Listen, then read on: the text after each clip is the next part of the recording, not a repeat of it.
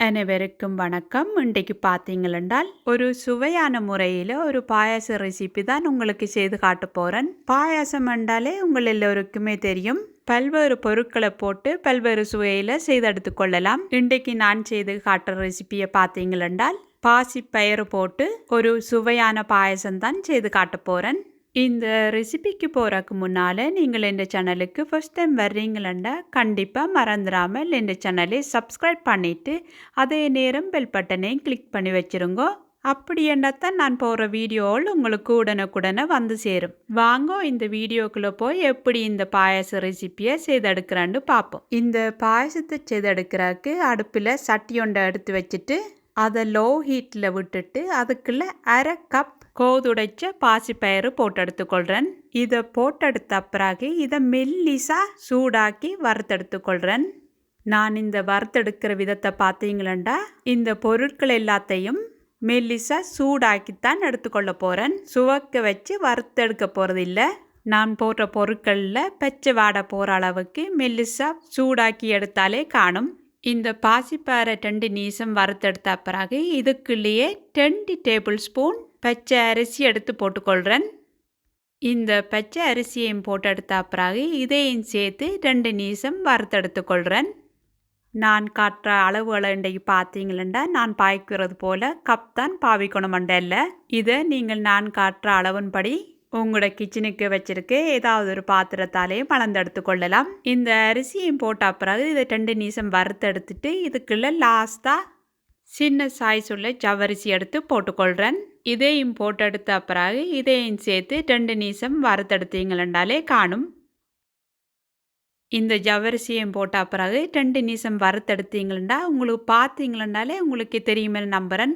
Colour மாறாமல் சூடாக்கித்தான் வறுத்தெடுத்துருக்கிறோம். இந்த பதத்தில் வறுத்தெடுத்துக்கொள்ளுங்க.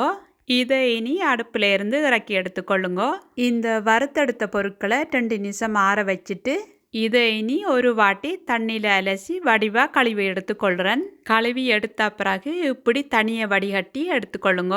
இன்றைக்கு பார்த்தீங்களா இந்த பாயசத்தை ப்ரெஷர் குக்கர் பாவிக்காமல் சிம்பிளாக ஒரு சட்டியில் தான் செய்து எடுத்து காட்டுறேன். இது எல்லாத்தையும் அவிச்சு எடுக்கிறதுக்கு இதுக்குள்ளே 2 கப் தண்ணி எடுத்து விட்டுக்கொள்கிறேன். நீங்கள் எந்த கப்பால் மற்ற பொருட்களை மலர்ந்தெடுத்துக்கொள்கிறீங்களோ அந்த கப்பாலேயே இதுக்கு தண்ணியும் எடுத்து விட்டு எடுத்துக்கொள்ளுங்க. அடுத்ததாக இதுக்குள்ளே 1/4 டீஸ்பூன் உப்பு போட்டுக்கொள்கிறேன். உப்பையும் போட்டு எடுத்த பிறகு இதுக்குள்ளே லாஸ்ட்டாக 1 டீஸ்பூன் நெய் போட்டுக்கொள்கிறேன். இது எல்லாத்தையும் போட்டு எடுத்த பிறகு இதை வடிவாக மிக்ஸ் பண்ணி விட்டுட்டு மூடி ஒண்டால் மூடி அவிய விட்டு எடுத்துக்கொள்ள போகிறோம். இதை அவிய விட்டு எடுக்கும்போது இதை மீடியம் ஹை ஹீட்டில் விட்டு அவிச்சு எடுத்துக்கொள்ளுங்க. இதே நீங்கள் ப்ரெஷர் குக்கர் தான் பாவிக்கிறீங்களென்றால் இதை நான் சொன்ன அளவு ஹீட்டில் விட்டு 4 விசில் விட்டு செய்து எடுத்துக்கொள்ளுங்க. இப்போ பார்த்தீங்கன்னா நாங்கள் இது நார்மல் சட்டையில் செய்கிறபடியாக இப்படி பொங்கி வரும்போது இடையில துறந்து மிக்ஸ் பண்ணி எடுத்துக்கொள்ளுங்க. கிட்டத்தட்ட 20 நிமிஷத்துக்கு பிறகு அவிய விட்டு துறந்து பார்த்தீங்களென்றால் இந்த பருவத்துக்கு அவிஞ்சு வந்திருக்கணும். எனக்கு பார்த்தீங்கன்னா இது கிட்டத்தட்ட 20 நிமிஷம் பிடிச்சிருக்கு. நீங்கள் இந்த பருவத்துக்கு அவிச்சு எடுத்தீங்கன்னாலே காணும். இனி இதுக்கு பார்த்தீங்கன்னா 1 கப் சின்ன நொறுக்கிய சர்க்கரை எடுத்து போட்டுக்கொள்கிறேன். இது டஸ்ட் இல்லாத சர்க்கரை என்றபடியாக இப்படியே போட்டுக்கொள்கிறேன். இதே நீங்கள் பாவிக்கிற சர்க்கரையில் டஸ்ட் ஏதாவது இருந்தால் இந்த சர்க்கரையை ஒரு சட்டி ஒன்றுக்குள்ளே போட்டுட்டு கொஞ்சமாக தண்ணி விட்டு காய்ச்சி வடித்து விட்டுக்கொள்ளுங்க.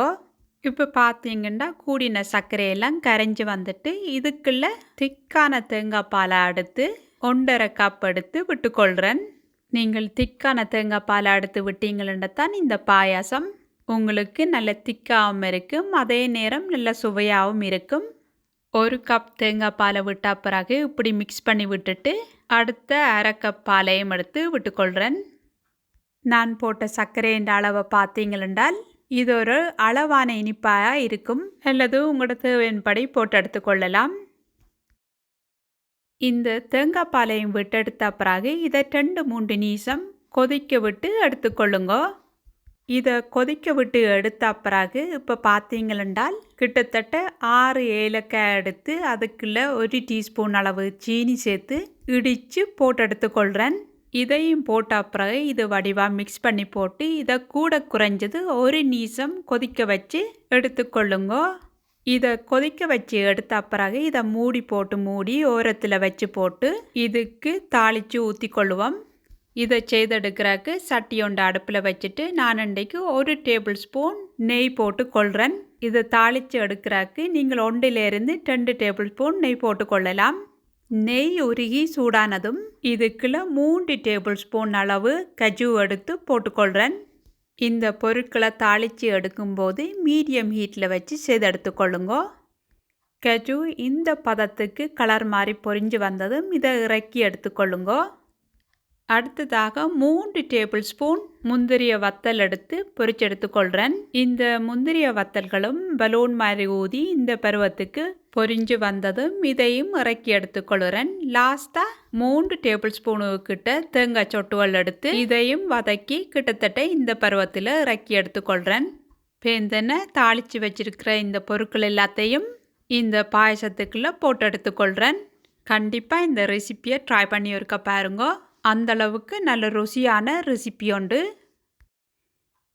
இது எல்லாத்தையும் போட்ட பிறகு வடிவாக மிக்ஸ் பண்ணி விட்டீங்கன்னாலே எங்களோட சூப்பரான பாசிப்பயிறு பாயசம் ரெடி. உங்களுக்கு நான் இன்றைக்கு காட்டிய ரெசிபி பிடிச்சிருந்தா கண்டிப்பாக மறந்துடாமல் எனக்கு கமெண்ட் சொல்லுங்க. அதே நேரம் இதை மற்றவைக்கும் பகிர்ந்து விடுங்க. இவ்வளவு நேரம் இந்த ரெசிப்பியை பொறுமையாக இருந்து பார்த்ததுக்கு மிக்க நன்றிகள். அடுத்த இன்னொரு நல்ல ரெசிபியோடு சந்திக்கிறேன்.